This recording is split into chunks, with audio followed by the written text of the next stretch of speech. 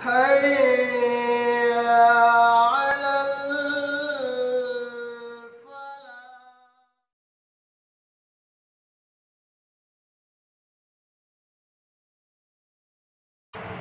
أعوذ بالله من الشيطان اللعين الرجيم من همزه ونفثه ونفقه. بسم الله الرحمن الرحيم. إن الذين كفروا سواء عليهم أأنذرتهم أم لم تنذرهم لا يؤمنون. ختم الله على قلوبهم وعلى سمعهم وعلى أبصارهم غشاوة ولهم عذاب عظيم.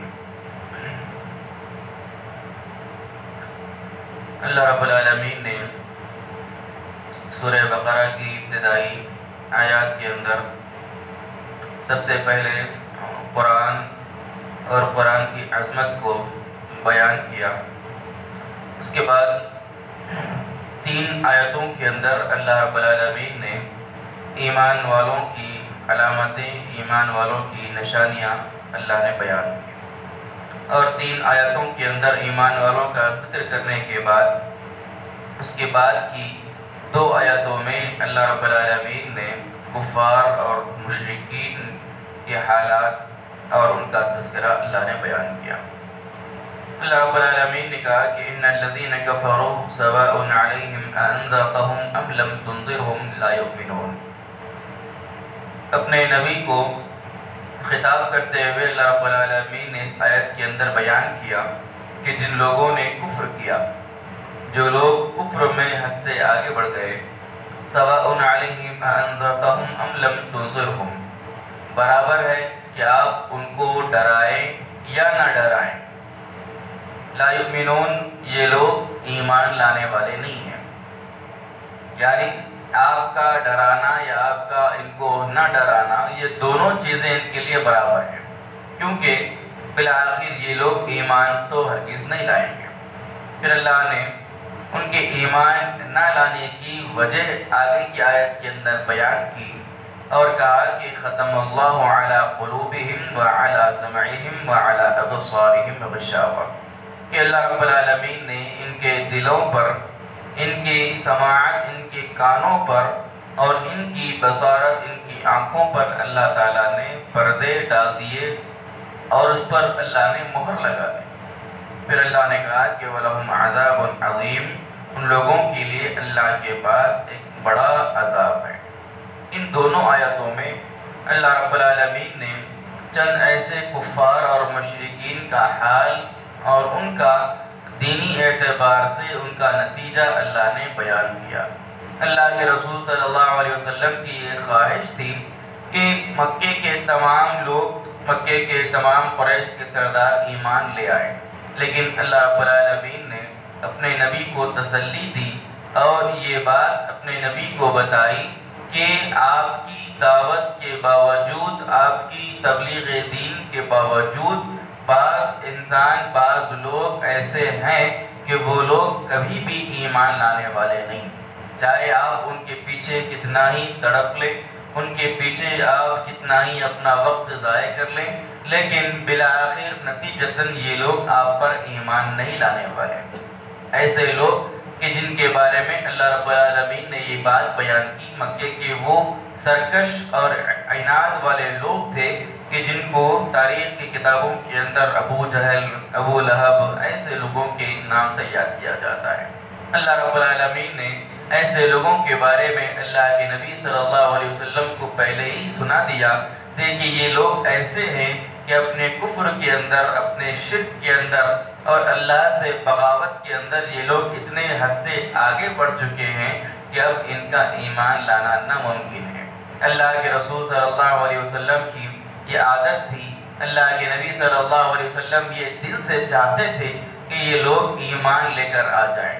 قرآن مجید کے اندر اللہ رب العالمین نے اپنے نبی کی تڑپ کو جگہ جگہ بیان کیا. اللہ نے کہا کہ لعلک باخع نفسک علی آثارہم الا یکونوا مؤمنین. اللہ رب العالمین نے کہا کہ اے محمد صلی اللہ علیہ وسلم، ایسا معلوم ہوتا ہے کہ آپ ان کے پیچھے اپنی جان گوا دیں گے کہ یہ لوگ ایمان نہیں لا رہے ہیں. یعنی اتنی تڑپ اللہ کے رسول صلی اللہ علیہ وسلم کو ان کے ایمان اور ان کے اسلام کی بنیاد پر تھی کہ اللہ کے نبی کی دلی خواہش تھی کہ یہ لوگ ایمان لے کر آ جائیں، لیکن ایسے لوگوں کے بارے میں اللہ رب العالمین نے صاف طور پر قطعی طور پر فیصلہ سنا دیا کہ آپ ان کو کتنا بھی ڈرا لیں، آپ ان کو کتنا بھی سمجھا لیں، یہ لوگ ایمان لانے والے نہیں ہیں۔ اس کی وجہ اللہ رب العالمین نے دوسری آیت کے اندر بیان کی، اس کی وجہ یہ ہے کہ اللہ تعالیٰ نے ان کے دلوں پر مہر لگا کر چھوڑ دی۔ اب دلوں پر اگر انسان کے اللہ رب العالمین مہر لگا دے، پھر دل سے ہر بات کو سمجھنے کی صلاحیت انسان کی ختم ہو جاتی ہے۔ پھر اللہ رب العالمین نے کہا کہ ایسا نہیں کہ صرف ان کے دلوں پر مہر ہے، بلکہ اللہ تعالیٰ نے ان کے کانوں پر، ان کی سماعت پر بھی اللہ نے مہر لگا دی۔ اب اور اللہ رب العالمین نے آگے کہا کہ اللہ تعالیٰ ان کی آنکھوں پر بھی اللہ نے مہر لگا دی۔ اب یہ تین چیزیں ہیں، دل اور کان اور آنکھ، یہ تین ایسی چیزیں انسان کے اعضاء کے اندر ہیں کہ انہی تین چیزوں کے ذریعے کسی بھی قسم کا علم انسان حاصل کر سکتا ہے۔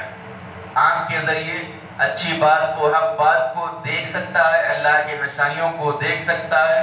کان کے ذریعے حق بات کو سن سکتا ہے، حق بات کو قبول کرنے کی صلاحیت رکھ سکتا ہے، اور دل کے ذریعے حق بات کو سیکھنے، سمجھنے اور ان پر غور و فکر کرنے کی انسان صلاحیت رکھ سکتا ہے۔ لیکن انہی تین چیزوں پر اللہ رب العالمین اگر مہر لگا دے تو پھر علم کو یا حق بات کو قبول کرنے کی انسان کے پاس صلاحیت نہیں رہ جاتی۔ تو اللہ نے یہی بات کفار و مشرکین کے بارے میں بیان کی۔ اللہ کے رسول صلی اللہ علیہ وسلم نے بھی اسی مضمون کو اپنے حدیث کے اندر کچھ اس قدر بیان کیا۔ اللہ کے نبی نے کہا کہ جب کوئی بندہ کوئی گناہ کرتا ہے تو اللہ رب العالمین اس کے دل پر ایک کالا نقطہ، سیاہ نقطہ اس کے دل پر اللہ رب العالمین لگا دیتا ہے۔ پھر اگر وہ بندہ اپنے اس گناہ سے توبہ کرتا ہے تو اللہ رب العالمین اس کے اس سیاہ دھبے کو، کالے دھبے کو صاف کر دیتا ہے، اس کا دل صاف ہو جاتا ہے۔